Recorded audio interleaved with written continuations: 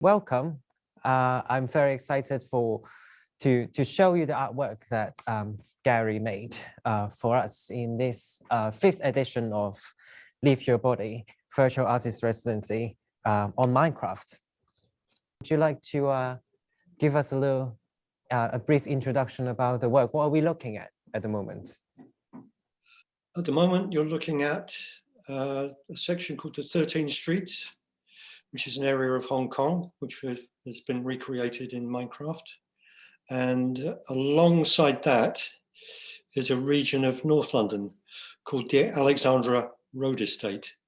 That's it there, which we've managed to rebuild and place in relationship to the 13 Streets. So that becomes a site. And then this site I use to configure a piece of work. I mean, what I call a piece of work extends into an architectural space quite normally. So the black and the white elements you see here, the transparent black and white elements, are my addition to the two sites. Gary, do you mind, telling us the rationale of choosing these two sites? I thought it was important to choose a site of social housing, places where normal people would live, and a mixture of people, in smaller units, rather than a large, grand piece of architecture. It might have different kind of connotations.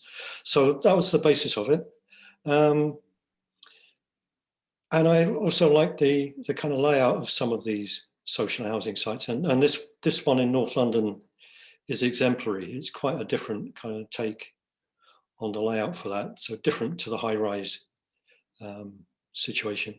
But it's also in an area where there's quite strong social difference. So it lies in an area of quite expensive housing. So that was kind of interest as well.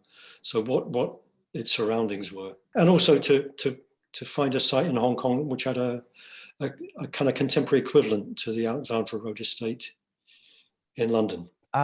Just to give a little note on the social and economic attributes of the two sites, especially for 13th Street as well. Like 13th Street in To Kwa Wan is actually an area that's known for its cage homes. Actually, there'll be people living in these buildings. If we, living in these buildings, that there'll be flats and people living flats that's like divided into subdivided homes, which are just basically cages, and that people live in an area no more than just 2 blocks on Minecraft, which is devastating thoughts. Anyway, and then I think that when we go further into talking about Gary's work, I think that is particularly interesting when you go through the tunnels in Gary's work. Other than the two sites, right, Gary, do you mind explaining the installation itself then? I then had to think about what I could possibly use to do what I would normally do. So I started thinking about this block as a kind of unit, and then immediately started thinking about the references I use, often from mathematical sort of elements, mostly geometric, and started thinking immediately of these Hilbert curves. It's a rectilinear curve. As you can see it probably quite clearly here by the black and the white lines from that plan view. That describes a Hilbert curve. And it's a curve that repeats and expands in space, like the way a fractal would. But in this case, it gives me a kind of notion of a continuous line called a curve, but in a rectilinear space. So that would then fit with Minecraft, the kind of rectilinear blocks with that. So from that, I started mapping out some more complex curves. And I wanted to separate this concept of the curve into 2 curves. So there were 2 parts to it. So almost like two regions, two audiences, to think about the relationship between the Hong Kong site and the London site as a kind of basis for that, and the fact they might interpenetrate in some way. So I spent quite a lot of time elaborating this curve layout, and it's something like a Roman tiling pattern as well. So it's kind of an element that's seen in architecture, although it's from the realm of mathematics. But it's something that's curious to develop. It's a continuous line that fills space in a way. I've opened it out to some extent, so it's somewhat unfolded in places, and then becomes a kind of meandering element. But it breaks up into the cross section, which is a 4x4 meter cross section, the scale of which fits with the kind of social housing structure of each living unit. It's got a reference to that scale. So it's got a human scale, and it's also a corridor. So it's a corridor space for one or two people to walk, enough space for two people to pass in a corridor. So that gives it a scaling. The elements are broken. Corridor you're talking about? Yeah, the corridor spaces. Right. Give it a scale to fit with the two sites. Yeah. I'm going through it now. There's a larger tile square, which is about 40 meters, 46 meters square, I think, which gives a kind of scale to something like a block. So there are 23 square blocks that are linked of this pattern that are then elaborated and then divided into the two lines, a black area and a white area. So a black corridor and a white corridor. And then they elevate slowly, they step up to help explore the kind of vertical relationship among the two sites. Being fairly low lying, it steps up very slowly. And they cross at the midpoint only. So one starts at the ground in Hong Kong and one starts at the ground in North London. And they pass each other at halfway. And you emerge at the other end in the air, either in London or in Hong Kong. And that's it. So, and the meander is there to explore the architectural differences in the two sites. So taking a different kind of walk or cutting a section through.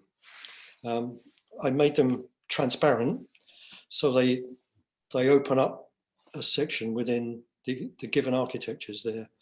So you see them in quite different ways. You make cuttings through and make a corridor through that links them in quite different ways.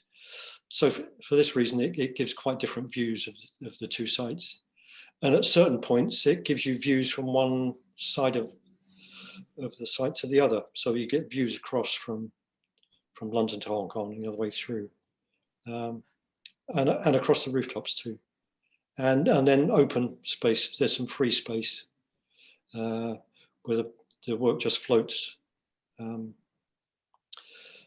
So that's the basis of it. I think it's the sense of space within these buildings that is really interesting, that comes through from your decision on using this transparent material. Yeah, the transparent material was something that came about partway through, just as an option. Not knowing quite how physical it would look or be, but also I wanted to keep it basic to Minecraft, not try and do anything too adventurous or too flashy. So I went for two basic materials that were available. It might be white concrete or black concrete, as being a nice strong black and white contrast. Right. But the white stained glass and a black stained glass gave me that, but also transparency and light. It framed a corridor, but also framed a slightly larger space, which cuts through and allows views into an odd sections through the existing architecture. So it's another way of cutting and viewing architecture. In the sense that my earlier impingements do, they cut through architecture and give qualities in different places for people to inspect details they maybe wouldn't normally look at in a building. Difficult to do on a site like Minecraft. Oh, I'm leaving 13 Streets now. It's taken quite some time to to go through the tunnels. I think it's a long walk. It's interesting. it's lovely actually. It picks up on the walk in contemporary art. I mean, a lot of artists are walkers and do works by making long walks. It's wonderful. If this work exists in real life, it would take this long. It would take exactly this long walking through the two sites because of the very mechanism on the gaming mechanism on Minecraft, which is something that actually I think to look at this work, it's hard to pull away from the real life reference in physics. To like the whole time I'm looking at the sites, even though sometimes I fly up in the sky and look at this work from a like aerial perspective, still I keep imagining like, well, that's not something I could do. Not that this work literally exists in real life, or not that actually this work could exist in real life, because the Alexandra Road Estate is not next to 13 Streets in Hong Kong. But then if it did exist in real life, then this would be the experience, and it's really it's interesting to look at it from this perspective. Yeah, I want to ask you about the production process. How did you find making an artwork on Minecraft? In Minecraft, it's immediately physical. You're dealing with blocks and resistance and a process of stacking, building block by block, which is quite different from the world of 3D modeling software. The physicality comes in much later, if at all. So that was a curious difference straight away. Minecraft gave me the basis, so working with that and getting the feel of it was the basis of what I could do. So that started guiding the thinking. To get the forms I wanted, I had to revert to another software where I could make large things and draw freely and not have to build block by block to work out a configuration given the size of the sites. So other stuff was going on there. Material tests and qualities and forms and sections were made in Minecraft alongside that. And once I got to a certain point, I had to then think about importing some of these larger forms into the sites in block form. So the kind of quality of lighting on the interiors works really well, and that was nice to find. And the way the interior lighting works with the natural lighting outside through the glass and through the changing times of day as well. The other curious thing for me was the fact that the day changes into night as you are working, which it doesn't when you're in a camera. The fact is, as you're walking, the light is changing all the time. Right. Within that walk. So if you did it twice, the lighting would not be the same probably. Oh yeah. By chance, it might, but probably not. No, definitely not. Right. So all the changing qualities of light of both interiors and exteriors within that. So that was a really nice discovery. Minecraft platform as a virtual environment for you to kind of build this. I like calling this a site-specific installation. Like this is a site-specific installation, even though like we're calling this Minecraft platform as a virtual environment, but this is very much site-specific. Yeah, do you see this synergy between your practice and the Minecraft platform? Yeah, it's site-specific in the same way that all my work has been site-specific, but it can operate in this virtual world, and it adapts to the Minecraft world. So in terms of the concepts, it's very, very much the same. Physicality is a bit different. I wouldn't probably make anything quite so physical. Which is interesting, isn't it? That this is essentially a virtual material, like a digital material, but this is the most physical work you say you have done. Am I right to say that this might be your first digital artwork or not? I make images from projects, right? But that's not the same. So this in terms of a visual virtual experience is the first one. Yeah. Also, I was curious, given the invitation from you, it seems quite unique, yeah, and innovative in a way. So, is there any other work like this going on anywhere? I mean, it's not something I'm aware of. Not in this scale, shall we say? Like not. I've seen art festivals who that like, you know, apply the Minecraft platform into, or like integrated integrated the Minecraft platform into part of an art program in a festival. But I've never seen it like in this scale. And I think what's interesting about this Minecraft platform for Videotage, I would say it's an ongoing virtual platform that actually we have done. This is the 5th edition. How would you expect, yeah, this is a question for you, Gary. How would you expect the audience to respond in this creative site? Well, that's interesting. We've got a different kind of audience to, I imagine, to what I would normally have, maybe a much younger audience. So they have ways of viewing and using Minecraft quite different. You know, so many young people start their first experiences with computers on Minecraft. So we've got them doing things. So already a 10-year-old friend has shown me things there that I would never have found otherwise, and take me into spaces almost immediately that maybe I wouldn't have found quite so soon. So they have ways of viewing these things that that really surprise me, but it's what they grow up with and can explore quite quickly. So that's been a really interesting sort of dialogue with some younger friends and how they would do it. But I think in terms of how one would view it, you're open to view it however you like. You can take the walk, which is a nice long walk if you like walking.